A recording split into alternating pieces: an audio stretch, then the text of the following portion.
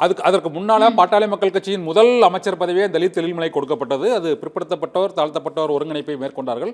இடையில் பிற்படுத்தப்பட்டோர் மிகவும் பிற்படுத்தப்பட்டோருக்காக தனிப்பட்ட ஒரு அமைப்பாக அது உருவான போது அந்த விமர்சனங்கள் எழுந்தது. அதுல தான் சொல்றேன், அந்த பொது அடையாளத்துல கொஞ்சம் ஒரு பின்தங்கிய சூழ்நிலையோ அது பின்னர் அந்த சங்கங்களோடு இணைந்ததுதான் விமர்சனத்துக்குள்ளானது. அப்பவும் கூட தலித் சமுதாயத்திற்கான இடப்பங்கீடு கூடுதலாக இன்னும் வழங்கப்பட வேண்டும். ஏனென்றால் அவருடைய மக்கள் தொகை அதிகம் சொல்ற இயக்கம் இன்னி வரைக்கும் சொல்லிட்டு தான் இருக்கும். எந்த இடத்துலயாவது அதை நிறுத்தி இருக்கிறாங்களா, விட்டு கொடுத்துக்கிறாங்களா? இல்லையே.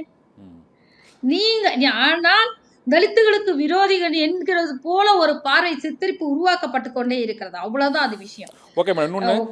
ரெண்டாவது நீங்க முதல் கேள்வியே 3 கேள்வியா இருக்கு. அதுக்குள்ள இன்னொரு கேள்வி நான் நினைவு கொஞ்சம் பத்திரம் வச்சிருக்கேன்னு நம்புறேன். இன்னொன்னு வாக்கு சதவீதங்கள் குறைந்தது. தனியாக இருந்த போது எங்களுடைய வாக்கு சதவீதங்களை நீங்க தனித்து பார்த்தீங்க. கூட்டணியில இருந்த போது எங்களுடைய வாக்கு சதவீதங்களை என்னவாக நீங்க பாத்தீங்க? எங்கள் கூட்டணி நாங்க ஓட்டு போட்டு ஜெயித்த இடைத்தேர்தல்களில் 18 அதிமுக அவர்கள் ஜெயித்தது பாமகவுடைய மிகப்பெரிய ஈடுபாட்டுல தான். கூட்டணியில ஐயா சொல்லிட்டாருன்னா ஒரு ஓட்டு கூட மாட்டி போட மாட்டான் பாட்டாளி மக்கள் கட்சி. அந்த சூழ்நிலை இப்ப இருக்குதா? அதாவது பாட்டாளி மக்கள் கட்சி இருக்கும் கூட்டணி தான் வெற்றி பெறும் அப்படின்னு ஒரு சூழ்நிலை இருந்தது. அது 1996க்கு அப்புறம் அத்தகைய நிலை இருக்கிறதா மேடம்? அது இல்ல, இதுல நான் ஒரு இடத்துல இருந்து பாக்குறேன். 2021 இருந்து முழுக்க 2006ல இருந்து பாமக 2006ல இருந்து அந்த நிலையில ஒரு சரிவு இருக்கு. நான் 2016ல இருந்தா இயக்கத்துக்குள்ள வரேன். சரிங்களா? கொஞ்சம் தாமதமா தான் வரேன். நான் என்னுடைய அதுக்கு அடுத்த கட்ட அப்சர்வேஷன் தான் அதுல நான் அப்போ நான் அதுல இருந்து சொன்னேன். நான் 2021 தேர்தல்ல பாக்குற போது தான் வெற்றி பெறணும்னு முயற்சி செய்ததை விட பாமக ஒவ்வொரு இடத்திலும் தோற்கடிக்கப்பட வேண்டும் என்று நடந்த முயற்சிகள் மிக மிக அப்போ என்னன்னா இந்த தமிழகத்திலேயே ஒரு சூழல் இருக்கு. 2 பெரும் இயக்கங்கள், மூன்றாவதா யாரும் வரக்கூடாதுங்கிறது ரொம்ப தெளிவா இருக்கிறாங்கிறது உண்மை. இது கட்சியோட கொள்கையா நான் பார்க்கல. ஆனா ஒரு இந்த கட்சி நிர்வாகியா இருந்து அரசு அலுவலகங்களில் காரியத்தை சாதித்து கொண்டு இருப்பார்களே. ஏன்னா கடைசி நிமிஷத்துல அவன் தான் எல்லாத்தையும் தீர்மானிக்கிறான். இவ்வளவு பேரை ஓட்டு போட வைக்கிறதுங்கிறத முதல் தீர்மானிக்கிறான். அப்ப இந்த இடத்துல இருந்து தன்னை அதிகாரத்தை தக்க வச்சுக்கணுங்கிற முயற்சி தான் நடக்குது. தமிழகத்தை வாழ வைக்கணுங்கிற முயற்சி இங்கு குறைபட்டு போயிருக்கிறது. ஆனால் இன்றைக்கு எதெல்லாம் நோக்கி நகண்டாங்களோ, அதிகாரம் கிடைச்சா சரியா இருந்தாங்க, அவங்க எல்லாம் அடுத்தடுத்து கஷ்டப்பட தொடங்கிட்டாங்க. திமுக ஆட்சிக்கு வந்த பிறகு அதிகாரிகளும் நிறைய சிறப்புப்பட தொடங்கி.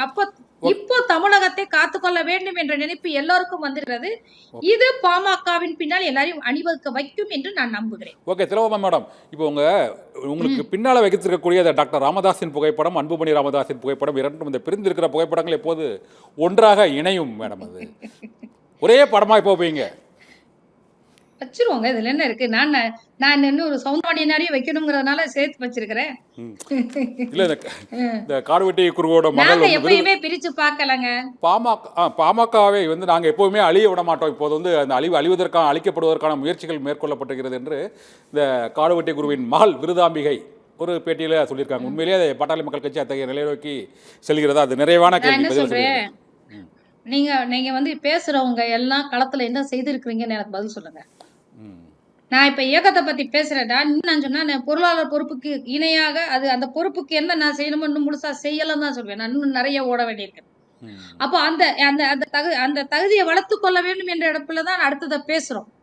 ஆனா நீங்க வேகமா தலைவையோ ஐயாவையோ இதுவரைக்கும் ஐயாவை குற்றம் சாட்டிட்டு இருந்தாங்க.